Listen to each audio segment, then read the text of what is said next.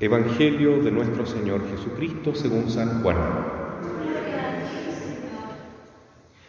Al atardecer del primer día de la semana, los discípulos se encontraban con las puertas cerradas por temor a los judíos. Entonces llegó Jesús y poniéndose en medio de ellos les dijo: «La paz esté con ustedes». Mientras decía esto, les mostró sus manos y su costado. Los discípulos se llenaron de alegría cuando vieron al Señor. Jesús les dijo de nuevo: «La paz esté con ustedes. Como el Padre me envió a mí, yo también los envío a ustedes». Al decirles esto, sopló sobre ellos y añadió: «Reciban el Espíritu Santo. Los pecados serán perdonados a los que ustedes se los perdonen, y serán retenidos a los que ustedes se los retengan». Tomás, uno de los 12, de sobrenombre el Mellizo, no estaba con ellos cuando llegó Jesús. Los otros discípulos le dijeron: «Hemos visto al Señor». Él les respondió: «Si no veo la marca de los clavos en sus manos, si no pongo el dedo en el lugar de los clavos y la mano en su costado, no lo creeré». 8 días más tarde estaban de nuevo los discípulos reunidos en la casa y estaba con ellos Tomás. Entonces apareció Jesús, estando cerradas las puertas. Se puso en medio de ellos y les dijo: «La paz esté con ustedes». Luego dijo a Tomás: «Trae aquí tu dedo, aquí están mis manos. Acerca tu mano, métela en mi costado. En adelante no seas incrédulo, sino hombre de fe». Tomás respondió: «Señor mío y Dios mío». Jesús le dijo: «Ahora crees porque me has visto. Felices los que creen sin haber visto». Jesús realizó además muchos otros signos en presencia de sus discípulos que no se encuentran relatados en este libro. Estos han sido escritos para que ustedes crean que Jesús es el Mesías, el Hijo de Dios, y creyendo tengan vida en su nombre. Palabra del Señor.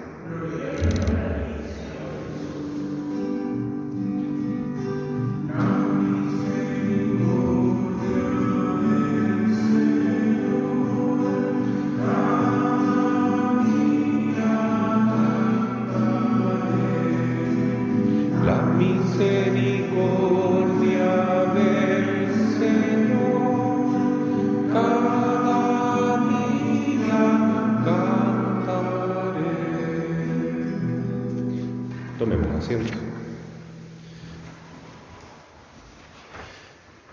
Mis queridos hermanos, celebramos mañana domingo, pero hoy ya en la víspera también, la fiesta de la Divina Misericordia.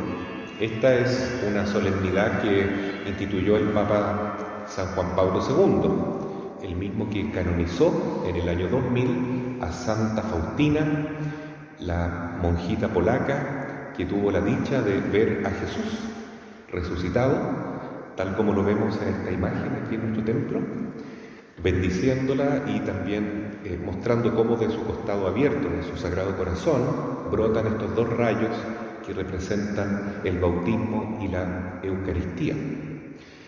Y entonces Jesús le pide a Santa Faustina que el segundo domingo de Pascua, es decir, lo que celebramos hoy, sea la fiesta de la Divina Misericordia. Es una fiesta muy especial, una solemnidad en que Cristo nos va a regalar abundantes gracias. Es bueno estudiar de qué se trata toda la promesa que Jesús hace a la Iglesia, porque realmente son muchas las bendiciones. ¿Y por qué habrá elegido este día Jesús? Porque el día primero en que Cristo resucita, la Iglesia todavía no sale de su asombro, está atónita.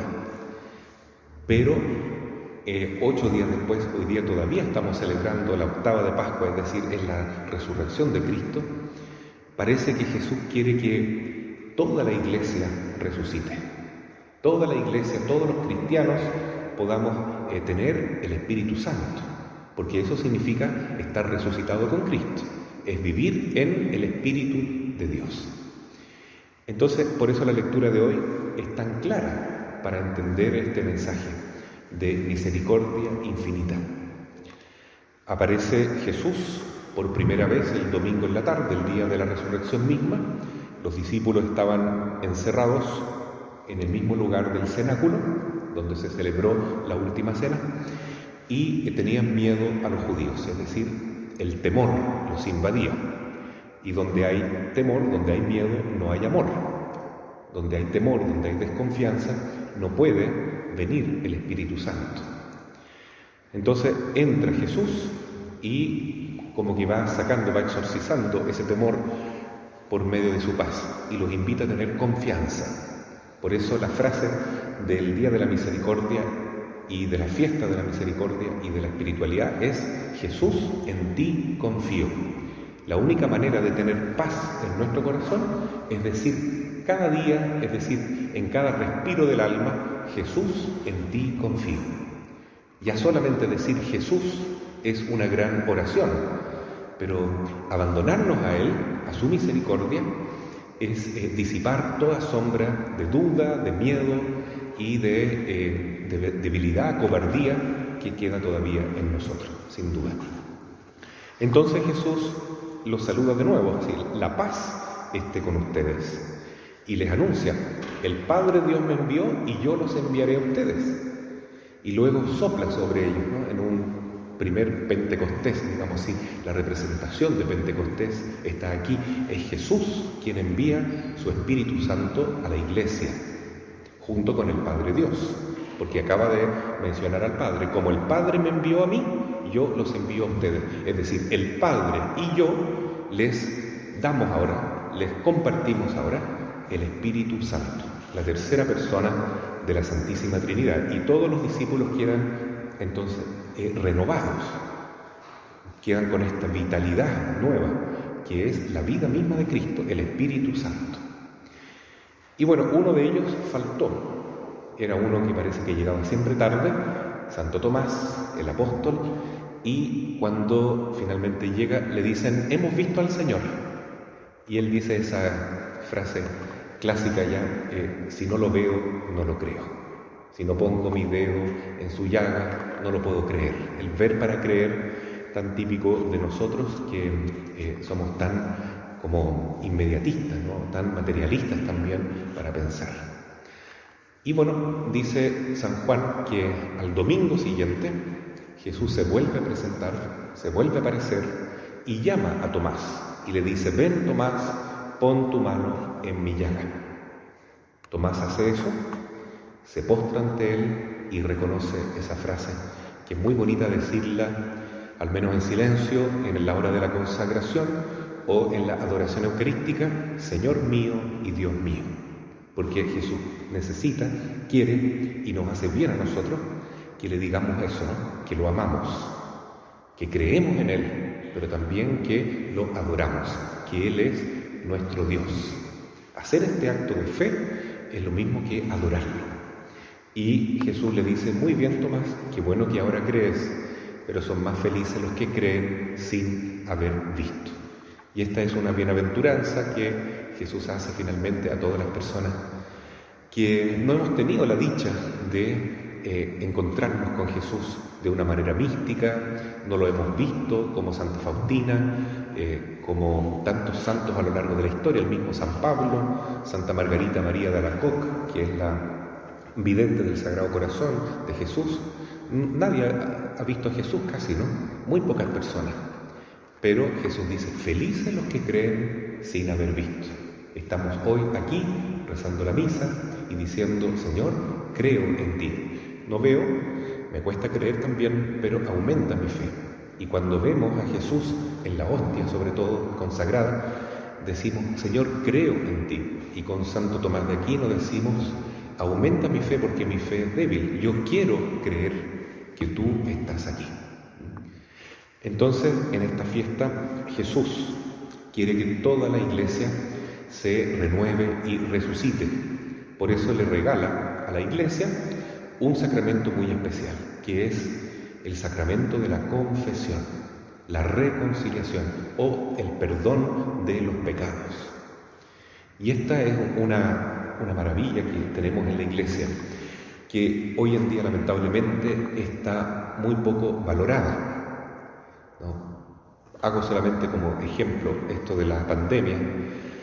Cuánta alegría ha tenido el mundo desde que llegaron las vacunas, ¿no es cierto? Porque tenemos una luz de esperanza de poder dejar por fin esta pandemia. Algún día será, decimos, ¿ya? Pero las vacunas son el remedio contra el virus. Jesús dejó también un remedio para renovarnos, para curarnos, para sanarnos espiritualmente del virus del pecado, y es el sacramento de la confesión. Cuando Jesús le dice a los apóstoles que reciban el Espíritu Santo, es para que perdonen los pecados.